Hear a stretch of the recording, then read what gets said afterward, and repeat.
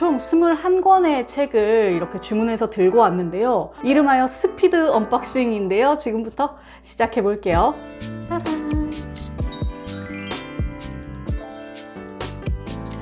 안녕하세요, 공복이 여러분, 공백입니다. 모두 편안한 명절 보내셨나요? 저도 정말 즐거운 명절을 보냈습니다. 그리고 명절을 마치자마자 이렇게 카메라를 켜고 여러분들께 영상으로 인사를 드리게 됐습니다. 자, 오늘은 우리 공복이 여러분들이 진짜 좋아하시는 콘텐츠를 들고 왔어요. 바로 언박싱 영상입니다. 제 앞에 있는 이 커다란 박스를 보고 벌써 눈치채신 분들도 있죠? 오늘은 제가 총 21권의 책을 이렇게 주문해서 들고 왔는데요. 이번 언박싱은 여러모로 좀 독특해요. 그 영상을 보신 분들도 계시겠지만 제가 예전에 국립중앙도서관의 실감서재와 함께 좀 촬영을 진행한 적이 있었어요. 그때 이제 문화체육관광부랑 도서관 정보정책위원회와 인연이 닿아가지고 거기서 이 책들을 모두 저한테 선물해 주셨습니다. 그런데 진짜 독특한 게 뭐냐면 제가 선물 받을 책을 사서 추천 도서 중에 제가 직접 고를 수 있게 해주셨어요. 제가 또 책 선물을 이렇게 직접 골라서 받아본 적은 또 처음인데 감사한 마음으로 책을 고르고 이렇게 선물을 받아서 박스를 들고 왔죠. 방금 말씀드린 것처럼 이 책들은 이미 사서 추천 도서로 선정이 된 책들이고요. 그 수많은 목록들 중에서도 제가 한 번 더 고른 책이니까 어떻게 보면은 거듭해서 선택된 좀 특별한 책들이라고 할 수 있겠죠. 지금부터는 이 21권의 책들이 어떤 책들인지, 제가 이 책들을 왜 선택했는지 아주 간결하고 빠르게 소개해 드리도록 하겠습니다. 이름하여 스피드 언박싱인데요. 지금부터 시작해 볼게요.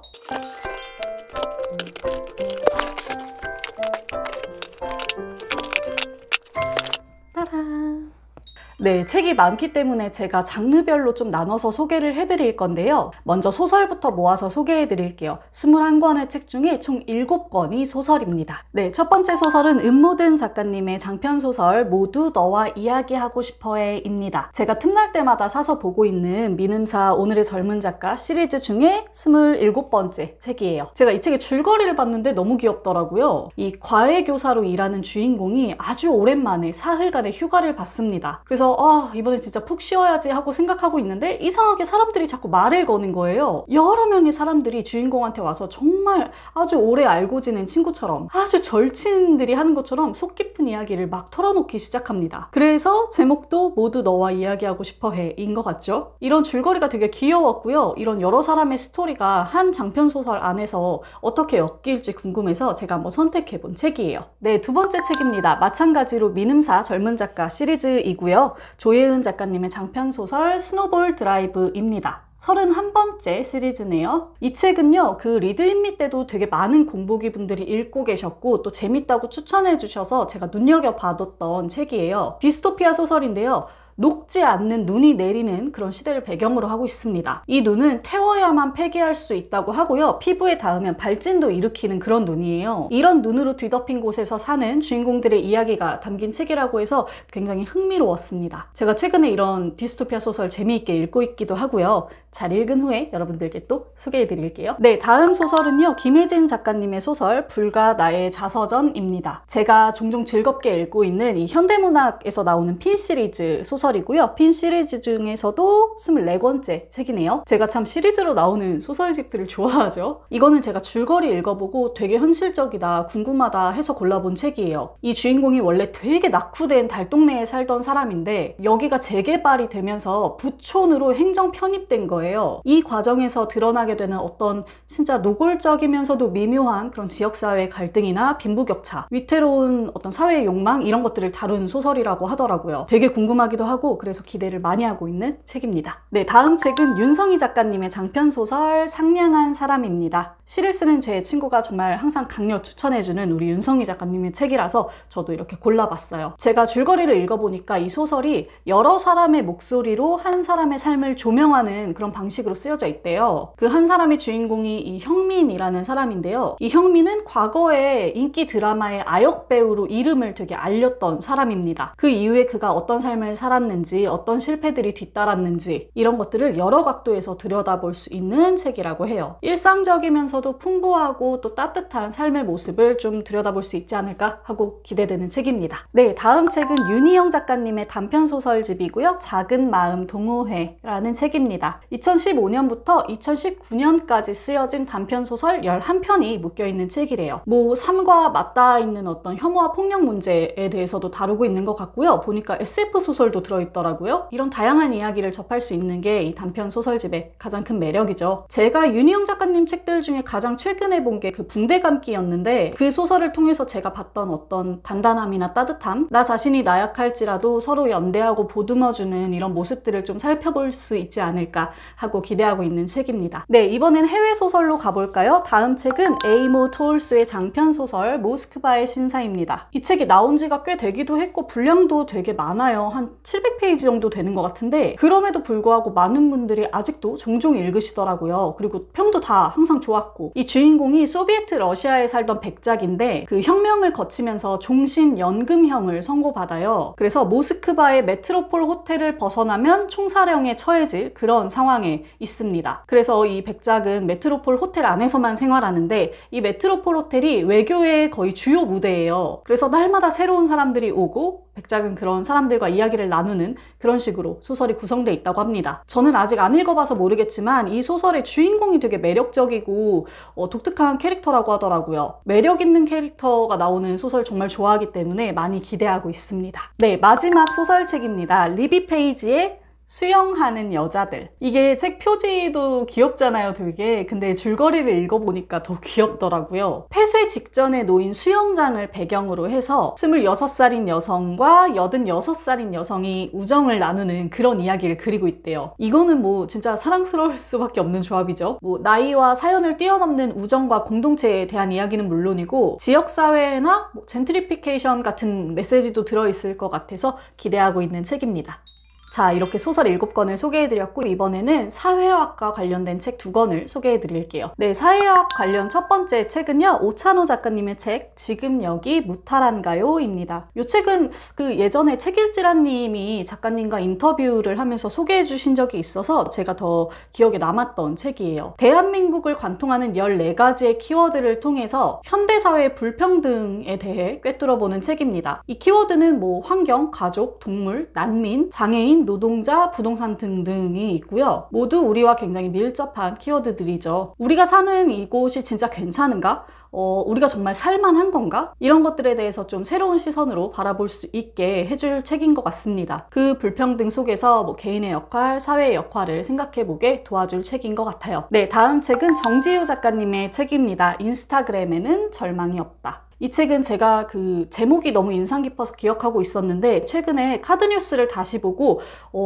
좀 궁금하다 싶어서 이번에 골라본 책이에요. 지금 밀레니얼 세대들이 보통 다 포기한 세대라고 여겨지잖아요. 뭐 결혼도 그렇고 내 집 마련도 그렇고 노후 준비도 그렇고 출산, 육아도 그렇고 이런 것들을 엄두를 못 내는 세대라고 여겨지는데, 인스타그램에서 보여지는 젊은 세대의 모습은 그렇지 않다는 거죠. 오히려 되게 호화롭고 여유롭고 즐기는 듯이 보이고, 이 책은 그 독특한 간극을 좀 조명해보는 책입니다. 이 세대를 살아가는 우리가 조금 살펴보면 좋을 만한 관점들이 많이 실려있는 책 같아서 기대하고 있는 중입니다.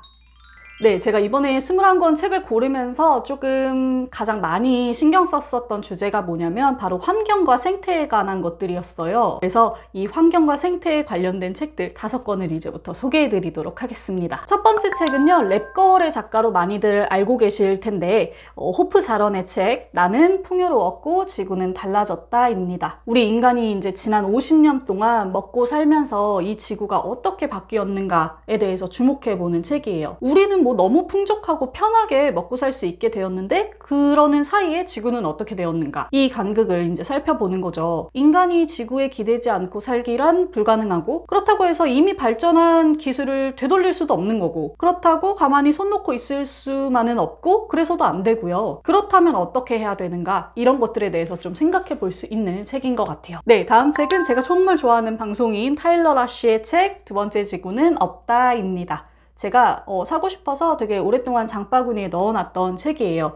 기후위기에 관련된 책입니다. 세계경제포럼에서 향후 10년간 인류를 위협한 리스크로 뽑힌 것이 첫 번째가 기상이변, 두 번째가 기후위기 대응 실패라고 해요. 이제 기후위기가 정말 현실적인 급한 문제가 되었다는 거죠. 이런 상황을 제대로 꿰뚫어 볼 수 있게 도와주는 책이고, 바로 여기에서 사회와 개개인이 어떤 일을 할 수 있는가, 그 대응 방법에 대해서도 생각해 보게 하는 책입니다. 참고로 이 책은 출판할 때 종이부터 잉크까지 전부 다 친환경적인 재료를 사용해서 만들어졌다고 해요. 진짜 멋진 책이죠. 굉장히 많이 기대하고 있습니다. 네, 다음 책은 조너선 사프란 모어의 책 우리가 날씨다 입니다. 엄청나게 시끄럽고 믿을 수 없게 가까운 이라는 소설집이랑 동물을 먹는다는 것에 대하여 라는 에세이로 굉장히 많이 알려진 작가죠. 이 책 역시 기후변화에 관련된 책이에요. 기후변화와 그 위기가 되게 심각하다는 걸 아는데 왜 개개인이 행동에 이렇게 쉽게 나설 수 없는가, 이런 문제에 대해서 좀 생각해 보게 하는 책입니다. 좀 그렇잖아요. 기후변화 위기와 그 대응이라고 생각하면 너무 거대하고, 나라는 이런 작은 개인이 뭘 할 수 있겠어? 내가 바뀐다고 뭐가 달라지겠어? 이런 생각? 너무 크고 실체가 없는 이야기라는 생각이 들잖아요. 이 책은 그런 생각들을 다시 한번 다잡을 수 있게 도와주는 책인 것 같더라고요. 특히 축산업으로 인한 탄소 배출에 대해서 많은 인사이트를 얻을 수 있는 책으로 기대됩니다. 네, 이번엔 생태와 관련된 책 소개해 드릴게요. 마들린 치게의 책 숲은 고요하지 않다입니다. 일단 이 책 표지가 진짜 예쁘죠? 이 책은 동식물과 미생물이 서로 소통하는 방법에 대해서 알려주는 그런 책이에요. 뭐 색소나 에너지, 초음파 같은 것들로 서로 교감하고 경고하고 공존한다고 하는데, 이런 이야기들 너무 매력적이지 않나요? 저는 얼마 전에 그 나무들이 서로 영역을 침범하지 않도록 이렇게 피해주면서 자라고 위험이 생기면 서로 또 신호도 주고 한다는 이야기를 들었는데, 그게 정말 너무 흥미로웠거든요. 딱 그런 이야기들을 이 책이 좀 알려줄 것 같아서 제가 얼른 골라보았습니다. 자, 다음 책입니다. 너무 귀여워가지고 제가 홀린 듯이 고른 책이에요. 모스카르 마란다의 책입니다. 누가 내 이름을 이렇게 지었어. 이 작가가요, 그 바다거북 보호 활동을 하는 사람이래요. 그래서 이 책 안에는 다양한 동물에 대한 이야기가 많이 담겨 있다고 합니다. 특히 동물들의 이름과 관련된 이야기가 되게 많대요. 이 동물의 영어 이름이 뭐고, 이 이름에 어떤 뜻이 담겨 있고, 이 이름으로 인해서 어떤 오해들을 받는지, 이런 이야기들이 실려 있다고 하는데, 동물과 동물 이름의 유래, 이런 조합이 저한테는 되게 신선했고 매력적이어서 골라보았습니다. 감동적이고도 유쾌한 이야기가 될 것 같아서 기대하고 있어요. 네, 다음으로 소개해드릴 책의 장르는요, 과학입니다. 제가 과학을 잘 모르기도 하고 어려워가지고 책들을 많이 읽어보진 않았는데, 그럼에도 불구하고 너무 흥미로워 보이는 책들이 있어서 제가 좀 골라봤어요. 4권의 과학 분야 책 소개해드릴게요. 첫 번째 책은요, 이 책.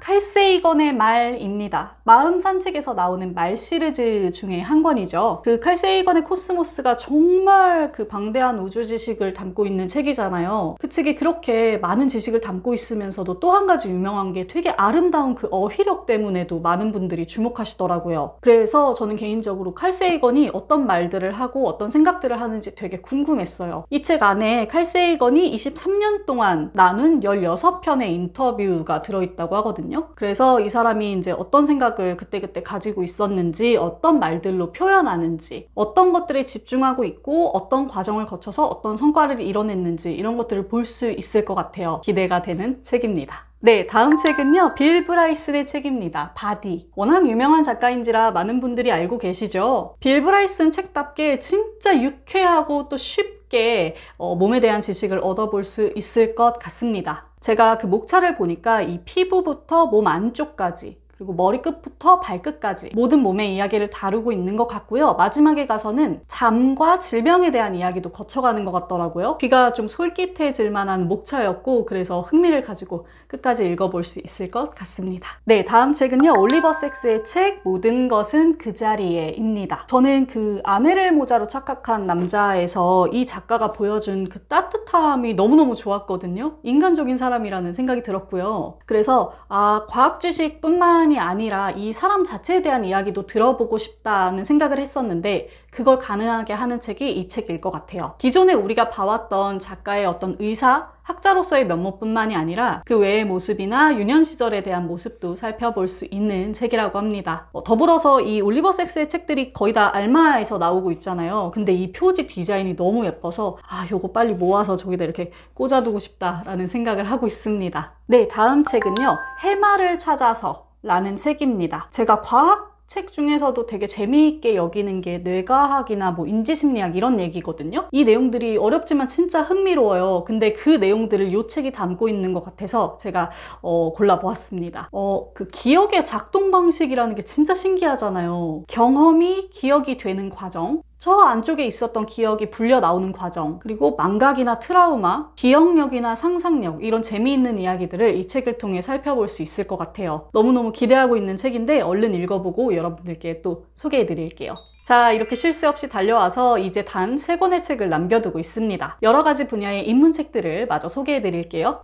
이 책은 제 장바구니에 정말 오래 담겨 있었던 책이에요. 김영수 작가님의 책 삶은 어떻게 예술이 되는가입니다. 요거는 작가 수업 시리즈라는 이름으로 묶여있는 책이고요. 첫 번째 책이 삶은 언제 예술이 되는가 였거든요. 이 책은 제목에서 볼 수 있듯이 삶을 예술로서 표현하려면 어떻게 할 수 있는가, 어떤 것들을 알아야 하는가에 대한 이야기가 담겨 있습니다. 문예 창작에 관심 있는 분들이 꼭 읽고 지나가는 그런 좋은 책이라고 해서 기대가 커요. 잘 읽고 또 후기 전해드리겠습니다. 네, 다음 책은 앤드루 산텔라의 책 미루기의 천재들입니다. 그간 그 미루기의 중요성과 장점에 대해서 이야기하는 책들이 참 많았죠. 그런 책들 보면서 항상 좀 궁금했거든요. 또 이 나의 미룸에 대한 어떤 타당성과 가능성에 대해서 좀 변명거리를 얻어보고 싶기도 했고요. 이 책은 무언가를 미루는 사람들, 그리고 그 미룸의 과정으로 인해서 뭔가를 얻어낸 사람들에 대한 이야기가 될 것 같아요. 동시에 이 책의 첫 문장이 제가 보니까 할 일을 미루는 사람도 어딘가에서는 시작을 해야 한다